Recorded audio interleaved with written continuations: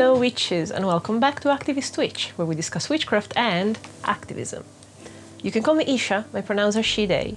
And in today's video we're going to talk about my own experiences with being grateful during moments of darkness and my own personal relationship with the concept of fate and the entity of fate. Yeah, I know how it sounds. But before we get started, let me remind you that I've opened a Ko-fi, and on there you can do a one-off donation, a monthly donation, or even get a tarot reading with me Italian style. The low-income option starts at £5. So if you decide to support me there, thank you so very much. Also, don't forget, Witches for Palestine is still running. You have the next couple of weeks to still enter the raffle, and the prize draw will be in early February 2025. Hi there, Editing Isha here. I realized after I finished filming this that what I am talking about is actually my life and my survival within the white supremacy patriarchal capitalist system before I realized that that was a system, and I just thought that it was what I had to live with. So it might sound problematic at times, the way that I talk about finding things to be grateful for when you have an entire system rigged against you. In my understanding now, what is useful to do once you understand what the system is you break down the system. You don't necessarily play by the rules and follow the system hoping that you'll be one of the good ones. The system is wrong and is changing. At the time, when I wrote those things and I had to give myself any kind of hope, without that kind of hope, I wouldn't have got to a point where I could learn that about the system. I think at the stage where I am now, anger is much more useful because it makes me also understand and give me the energy of doing something to try and affect the system. And I understand that that is the problem. When I didn't have an understanding of the framework that I was living within, and I believe the capitalist lie that hard work and individualism and everything is in my power, this kind of gratitude that you're going to hear about in this video was one of the things that allowed me to have hope and to have energy to still move forward. Because if I had just been angry at the time without understanding what the framework was that I could then work and affect, I wouldn't have got to a point where I could learn about the system. So keep this in mind. So this was the second best voted video when I gave you options at the beginning of January. And as I mentioned, that was a priority list, but we're gonna go through all of them. This is gonna be mostly a story time. And I know that it's something peculiar because, well, it wasn't peculiar to me. It's always been very natural in a way for me to have gratitude, what they describe, you know, what you're expected to do in gratitude journals, write at the end of every day, like 3 good things and stuff like that. I don't necessarily do it in that codified ways, but it's always been made notice to me how I've been grateful in situations that people on the surface wouldn't see as to be grateful for. Like, I have my theories, sort of socially and culturally, why that is. And I mentioned before, I was born in Italy, but I am mixed race because my father was Egyptian. And that's an intense kind of experience to have in a country like Italy, which is still to this day very fascist, very white, because there was never a discussion of different cultures like there was in countries that had been colonial powers, like the UK, like France. These countries had to deal with the multiculturalism because, you know, they went and conquered and changed countries around the world. And when in the 60s and 70s they started to have migration towards their main countries, so the UK and France, from countries that they had colonized, to which they told this is the motherland, then they can lament all they want that suddenly they have people of color there, but they went, they conquered, and they told them, we do all of these things that are changing the shape of your country because mother country needs it. And so then lamented that they're coming to the mother country, motherfuckers. But yeah, that kind of reflection was something that Italy never did, but not because it wasn't a colonial power. Since the 1800s, Italy had colonies in Albania and in the Horn of Africa. With losing the Second World War, all those kind of migrations that should have happened then from their colonies to their mother country never happened, because losing the war meant that their colonies went under the legislation and authority of the UK, actually. Eritrea, Ethiopia, they went under the UK.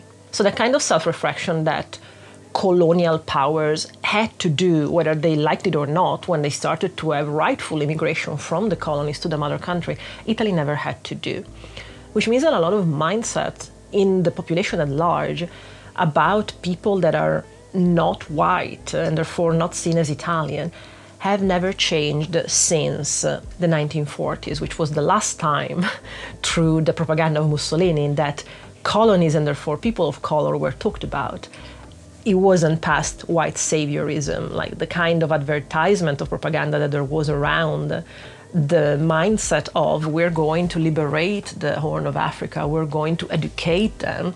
White saviorism at its best, and still that vision that African people, black people, therefore, were, you know, kind of animalistic, all that kind of stuff that comes from eugenics, all that kind of stuff that comes from slavery. There's a beautiful book by Dr. Sabrina Strings called Fearing the Black Body, which literally talks about this kind of othering, and Italy never went past that. So that is the premise to say, imagine for a mixed-race child living in a not just white predominantly country, because the UK is white predominant, no. In Italy, I was the only one in my village, the only one in my school, the only one in my university that wasn't completely Italian, completely white. The premise probably wasn't necessary to be that long, but that is to explain the kind of mindset that I've always had as a child, to feel like always being treated like less than. It was warranted by the fact that I wasn't completely Italian. And that was something that was just inculcated in me. Like, I understood it immediately. It wasn't just a matter of family. It wasn't just a matter of school. It was transmitted in media specifically. The kind of white saviorism of, oh, we're being kind to people that are not white because they are less than us. And if we are the bigger persons, then we need to be kind to them. We need to give them charity. But they're not our equals. Let's never make this mistake. They're not equals. I honestly do believe that the level of fatphobia that there is in Italy still to this day is coming from the levels of racism that Italy has. These things are not discussed internationally because it's not the kind of thing that heuristically you need to know. And Italy has a language barrier. Not many people are fluent in English within Italy. And those things are not the kind of things that necessarily get translated into the news or talked about news outside of Italy. So you don't necessarily know that culturally Italy is very, very reactionary, is very much 70 years in the past at the very least, because these kind of behaviors, the racism, the fatphobia, the misogyny, are condoned on a larger scale. Those are not the outliers. The majority feel very entitled to be loud about how if you are not white, if you are fat, if you're a woman, if you're disabled, you're less than. And the majority will agree on that. And if you raise your head, you'll take it. I was talking recently, I talk often, not just recently, I talk often to my friend Sofia Righetti Nottegar, who still lives in Italy. And to me, it's very impressive to see a person with such decent principles who has just always been in Italy. I think the innate gratefulness comes to me because having in a certain way internalized the idea of, by nature, I am less than. I cannot fight that because I cannot change who I am. I cannot change the fact that I am half Egyptian. And believe me, Italy goes by the one-drop rule, so really I'm just Arab to them. I cannot change that. I can only work as hard as I can to try and do my best to be treated half as well as anybody else who's white. I believe the fairy tale of the good immigrant. If I'm one of the good ones, if I work hard, then the pretense that we have socioculturally of saying, oh, it's just that you're victimizing yourself. Don't victimize yourself, work hard, and you'll see that people do not treat you differently. It's absolutely not true. And I know it because I've worked hard for the first 20 years of my life to still be made fun of my name by university professors that couldn't quite pronounce it because it's an Arabic name. I'm getting lost if I spend 10 minutes on this. Anyway, Good reason or not, that is the reason why every time something good happened, starting off from this kind of understanding of the world, I felt like I always had a slightly wider perspective, a slightly wider framework to work within to understand how wrong society was. And at the same time, therefore, every time that something good was happening to me, I could understand how unlikely it was for how society was. Was it fair? No, absolutely not. None of this is fair by all means. But this was how society worked in the 90s when I was growing up in Italy. So every time that something particularly good happened to me, it wasn't just something lucky. I had the ability to see it in a wider context and realize, oh no, this would be lucky for a white person, which means that to me, this is lottery levels of lucky. That is the kind of mindset that I had to learn, because that's how society looked at me. And as unfair as it was, had I not understood that, I could not work within its boundaries, let alone then trying to break them once I got to a point to understand the system is wrong, this needs changing. Do not necessarily demand that of a mixed-race child of 13.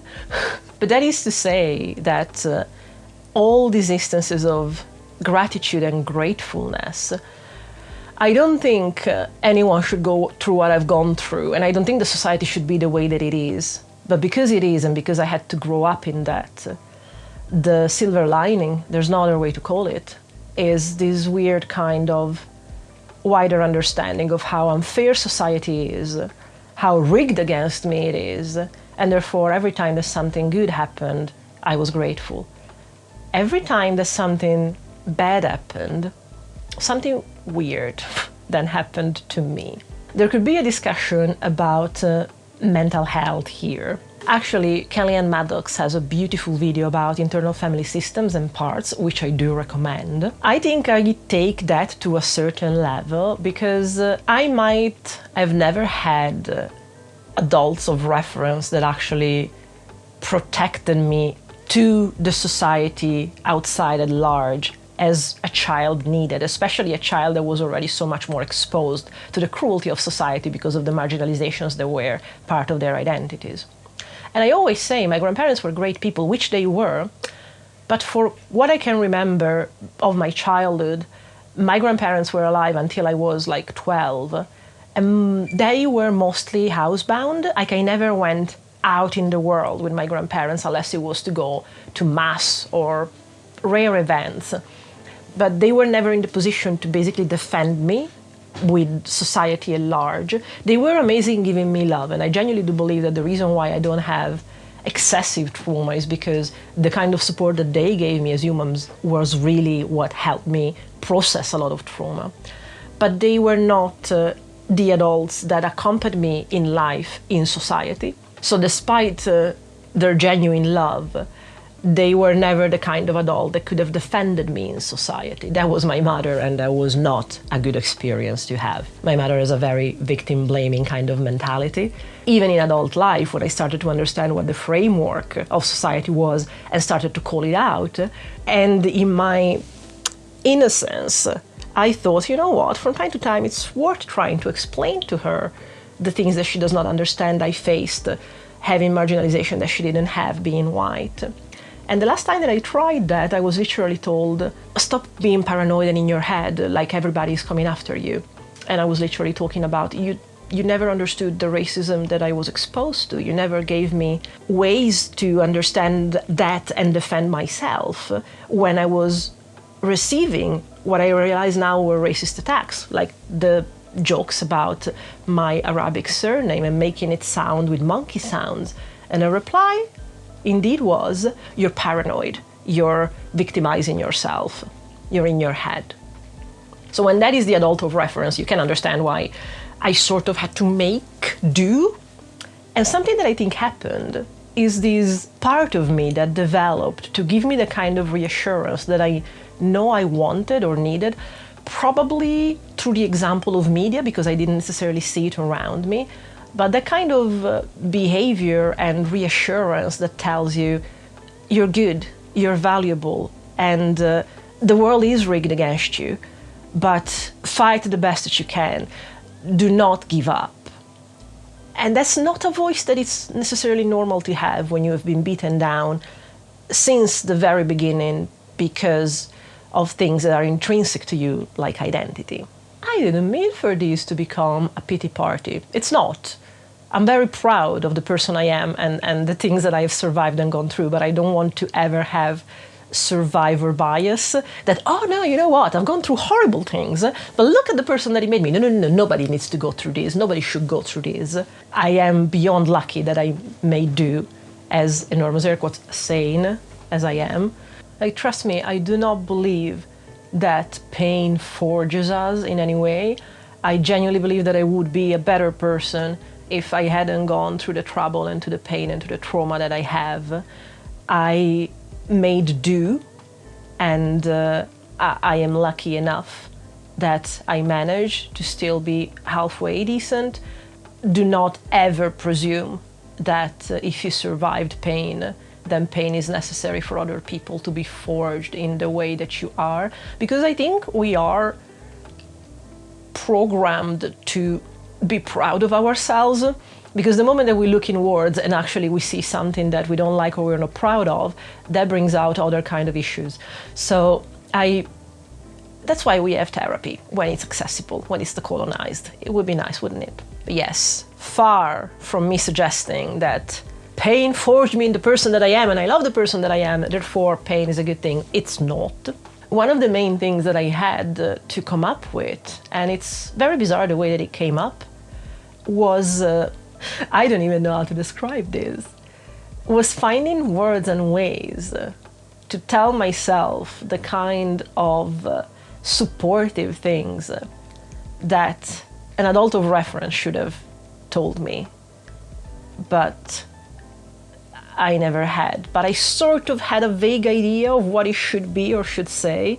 Again, probably through example that come from media, you know, the classic sitcom of the 80s where you have the reliable parents that at the end of the day, they always love you, Full House and that kind of stuff. I never quite had that, but I saw those examples. And problematic as they are, especially 40 years on, it's the best example, the good adulthood towards children I had.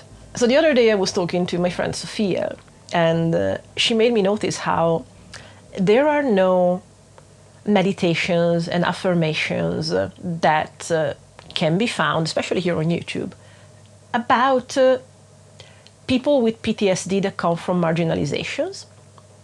And I looked around, and she was actually right.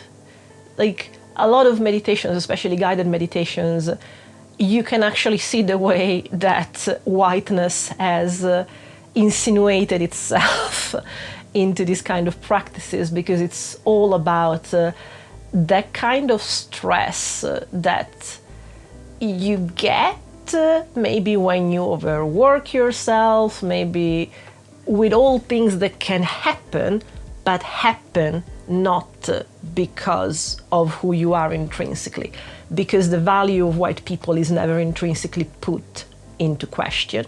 Therefore, it is not taught that there is an audience for that kind of meditation and validation and reassurance when the issue comes from a PTSD episode that actually comes because of something you are intrinsically so a part of your identity. And when I was talking to Sophia, I realized, oh, you know what?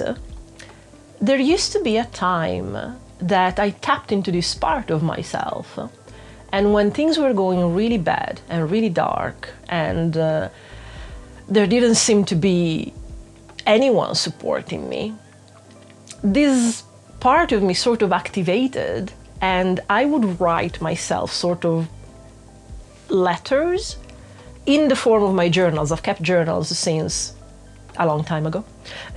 And one of the ways that I can trace this back is because I have journal entries that are sort of written in this different voice that speaks to me and tries to calm me down and tries to reassure me and tries to tell me, yes, this seems unfair, this is unfair, do not let it drag you down.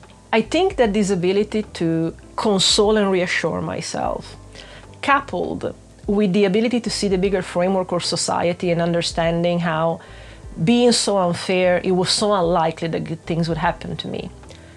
allowed me to have a clear vision, not only in good times when then good things were happening and I was just like, oh, this barely happens to white people, so if it happens to me, it's amazing, it's lottery. It also allowed me to see when bad things were happening. It wasn't just a matter of moving the responsibility, despite the fact that a lot of responsibility for bad things that happen to me have to do with the system and the way that the system sees femme-presenting people, the way the system sees autistic people, the way the system sees people that are non-white. So all these things compound. But it's not just that. And I always knew that there's... in my innocent head, there was a 50-50 situation. The system, of course, weighs more than 50%. But I guess I needed to make myself hopeful. And so I told myself, well, 50% is the system being rigged. Let's assume that 50% is the stuff that I can work on. And that's why I needed that kind of reassurance. And I made myself reassure myself. There is something that I wrote back, I think, in 2006, when I was first applying for jobs, internships, and I was doing it in a very, very competitive environment that was the music industry. And when I got rejections, and when I got specifically one particular rejection that I went and interviewed and actually were seeming that I was getting this job, I went abroad to interview. That was really, really serious for me, but I didn't get it. And I wrote this entry in my journal that is in this other voice, sort of, that sort of gave me what I still call to this day my 10 good rules, that were there to just reassure me and sort of not making me lose hope, because losing hope would have meant that next time I wouldn't have tried as hard. And all that I had in my power was to try hard, because so many things were already rigged against me. All that I could do was keep trying hard, but if I was losing hope, I wouldn't have had the energy to do that. And this journal entry just tried to do that. Rereading it, I can tell that it's basically the idea of support that a teenager has, because it's what I was. But I still think that it's really sweet, and it's, I guess, the idea that a teenager has of what an adult should do to reassure them and to care for them and to make them feel cared for, so that they do not lose the hope and therefore do not lose the energy to try and reach for the stars. Rigged as the system is, in quite literally putting a chain on my ankles to avoid me getting up. What was most surprising, though, was that that kind of voice, reassuring and caring, and basically tell me, look at the pattern so far. Yes, bad things have happened, but you've already walked a lot of distance considering where you come from. And considering where I come from, again, a farmer's village of 600 people where there was no one else being a person of color except for me, where I was seen as this pet at best, having the ability of learning a language to then move abroad, having the ability to understand enough on how to do. There was no one that went to university before me in the immediate circles of people that my mother had around. I didn't know the difference between a degree course and a faculty. Even just seeing that distance makes me understand the incredible luck that I had in putting together whatever kind of energy and ability that I had, but having to learn how to live as an adult in a way that no adult before me that was around me ever lived. If I were to consider success in absolute terms, so you go to university, you get the highest marks, you get a job that is paid a certain amount and a certain title, those are absolute terms that, because from how low I come, I might never get there.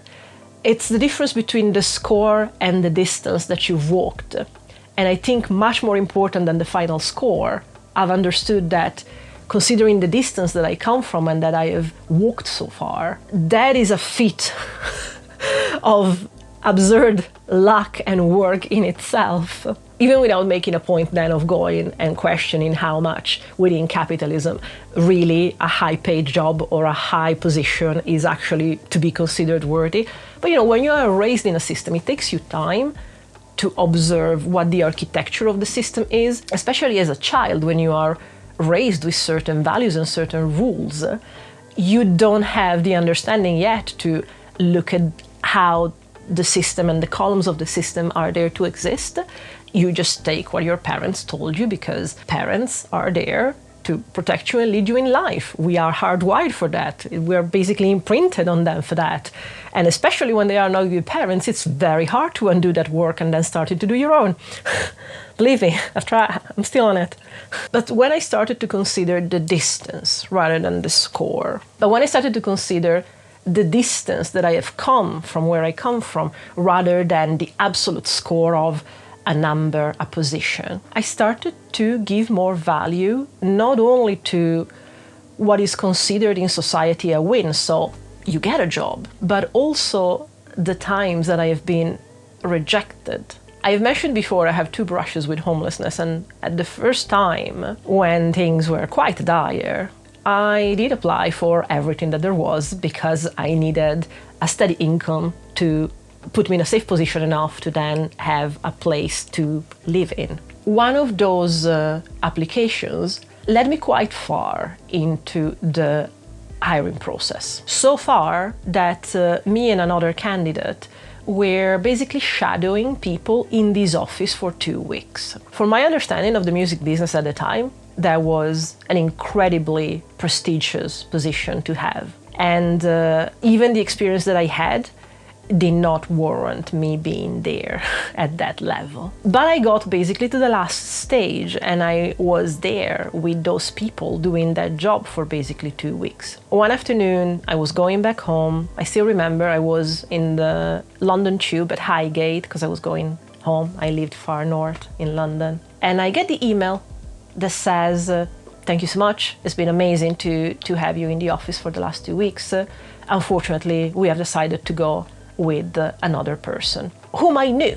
And I knew that they had so much more experience in that specific area than me. And that was the first time that something bad technically happened because I didn't get the job, and in that context, it still left me in a very vulnerable place because I still did not have a place to go to, but I was losing the place that I was living in. It was problematic. But I got that email, and then I saw the person that was put in that position. And for some unfathomable reason, I started to write in my journal with that kind of gratefulness. And the kind of gratefulness was putting in context the fact that, yes, I didn't get the job, and yes, that's unfortunate because it would have made me so much safer with the risk of homelessness that I currently am going through, with how my life is coming down. However, the simple fact that a person from the Lost Farmers Village in Italy managed to be even considered for this very high, very prestigious position, on par with people that have experience in, let me not name names, but it's very high level stuff, especially at the time, especially for the music business. I understood that looking at it that way allowed me to be extremely grateful for even being put on the same level of the person that actually got the job. And by all means, the person that actually got the job then was a white cis-het man that had, because of that, a chance to have so much more experience in that industry that I ever had. He was also born and bred in the UK. I came here 18 years ago, 20 years ago if you count Ireland. But there's always going to be a difference in accent. There's always going to be a difference in cultural knowledge. And by all means, those were his privileges, and I didn't have them. And because I didn't have them, in that time, I was also much younger than him, I had not managed to do anything to compensate for what society had put against me. But the simple fact that whatever scrambling I managed to do in that, let's assume 50% that I could work on myself, allowed me for a moment to compete on a level that seemed similar enough, because we did the same thing for 2 weeks, with a cis-white hat man that came from all that privilege. It might be a delusion of hard work, and I do not question that. And it's indeed part of that because I was still working within the capitalist system. Let's never forget this. But within a system as broken as the white cis-het patriarchal capitalist system, the fact that at that time I could scramble together enough luck and work to even be put next to a person with that level of privilege somehow gave me hope. Again, I wasn't at a stage to understand yet that there's an issue with the system. You need to break the system, or you need to work towards that. But without understanding that, and understanding still that something was not quite right, seeing that there was something, an inch that I could get, the delusion of control that that gave me, allowed me to try and look at things in a way that at the very least made me grateful for that. It is a mere consolation to be grateful, I understand, to merely scramble together enough to vaguely, for a short amount of time, be put on a similar level, not quite the same, but similar level, to a well-educated, wise, cis-het man in that position of power. But it was a crumb enough. And as much as crumbs are what capitalism uses to delude us into thinking we could get eventually to sit at the table, not the case if you come from marginalizations, at that time, at a time that I did not have an understanding completely of the system, for some bizarre reason, when I had the choice of being angry and resentful, or the choice of, wait, what were the positives of this? Being able to focus on that positive allowed me to still have energy afterwards to try again for more things. And I do worry, looking back, when I didn't know what the final result would be, because I didn't know how my life would ended up being. I still don't in a way, but because I'm very glad of the place that I am now at, I look back and I'm like, I was really naive to think that that could be seen as a positive thing. I was really naive on many, many things. But for some reason, none of these bad things coming from the system were ever allowed to dampen the kind of spark that I had. And if what I had to do was to find reasons to still be positive in a rejection, we still have to work within capitalism until we break it down. So here's all I can tell you about it. There's a wider issue about being wrong, that the system works that way, that you need to have those kind of privileges, that is the bar to which I had to compare myself and the work that I had to do and compensate for, because I didn't come from that privilege. The hard work fallacy is a fallacy because there's not enough work that I could have done to actually be considered really against someone that was a cis white hat man born in this country. And I do completely understand that what was dangled in front of me was the carrot that was never supposed to be given to me. But the fact that at the time I could focus on that vague delusion and possibility of maybe do I've done something right if they couldn't even reject taking me on for the last stage, for the shadowing, because I've done so fucking good that as much as this system is rigged against me, I have got here. And we do need something to latch onto to give us energy to go on, because without that, without the ability to find in something that gives us positivity, despite the fact that it still comes from the system, because hey, we wake up every day into white patriarchal capitalism. That's horrible, I completely agree. But that's still the system that we're working in now. And while we take it down, if we don't find little glimmers to be glad about, as individuals, we would not last. With all the implications that that has. I think the best thing that I can do to end this video is actually reading you the 10 good rules that teenage me, trying to be an adult, consoling me, gave me. They are very corny, they are very cheesy, but they helped me for a very long time. To hear those put into words helped me for a very long time. And now I look back and I find them kind of sweet. So maybe it's the kind of thing that, complicated as it is to find good things in dark times and being grateful in dark times, maybe it can give you a starter point like it did with me. And you might notice that despite the fact that I wasn't even remotely thinking, let alone practicing witchcraft, there's a lot of discussion about fate and destiny. I've mentioned before, maybe very vaguely, I've always had this impression that fate was actually this entity. And should you want me to talk more about that, do let me know in the comments. And I do a video just on that. But for the moment, this is the best thing that I can leave you with. Yeah, it's fascinating to look back and understand how much I was sucking at the teat of capitalism, trying to take literal crumbs from there, think, no, if I work hard. Like, having that reflection now really makes me think, oh, bless you, child. You genuinely thought that you could work within that. But if I didn't have that kind of hope, thinking that there was some sort of fairness, that if I worked hard enough, if I became disenchanted before I understood how to break the system, and how to work within the system, and how to survive within the system, it would have just made me desperate. And desperate people don't have the energy to do good things. It's very hard. I should work on the perfect 10 rule set on how not feeling down, or how not letting things make you feel down. You can tell that my English wasn't fluent, and yet I was writing in English. 1. You should never expect things to go right the way you're thinking, but in good and bad. Fate is always a little bit more unpredictable than you think it is. You shouldn't think that if the story doesn't play as you got the plot in your mind, it's going to be a failure. It will most likely just be a surprise. You should start having always two perspectives on situations. The bad or sad one will come to you naturally. On the other one, the opposite one, you'll have to work, and harder than that, you'll have to believe it much, much more than the other one. Look at me talking manifestation back then. You should start consider just what people exactly say, more than being ready to see hidden meanings.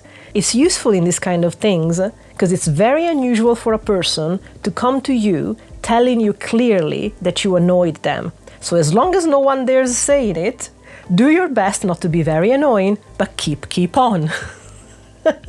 Bless you. Have always a good soundtrack to your life, something with energy that would make you feel like dancing with one hand waving free above your head. This is Cameron Crowe affecting me. Keep on smiling. Whatever happens, keep on. It will seem pointless sometimes, I know, but just the fact that you're smiling will make you feel better, even if you don't really have a reason to. Anyway, if you keep smiling, a good reason to keep on will come to you sooner rather than later. Okay, might have been a bit gaslighting at the time, but again, if I needed to have some hope, don't you ever let yourself hang on bad moments or thoughts. Better than that, think of what else you can do and go do or plan it. Again, I know that now we sit more with emotions, but at the time, lost as I was, if I didn't do that, I would have just curled up and died. Be the first one interested in yourself, or no one else could be really able to have a good interest in you. Know your worth and why you're worth. Don't be arrogant, but don't be unnecessarily modest as well. Don't look at others as they can do everything and you are nothing compared to them. Never doubt your skills and knowledge for one moment, but find always time to improve them, of course.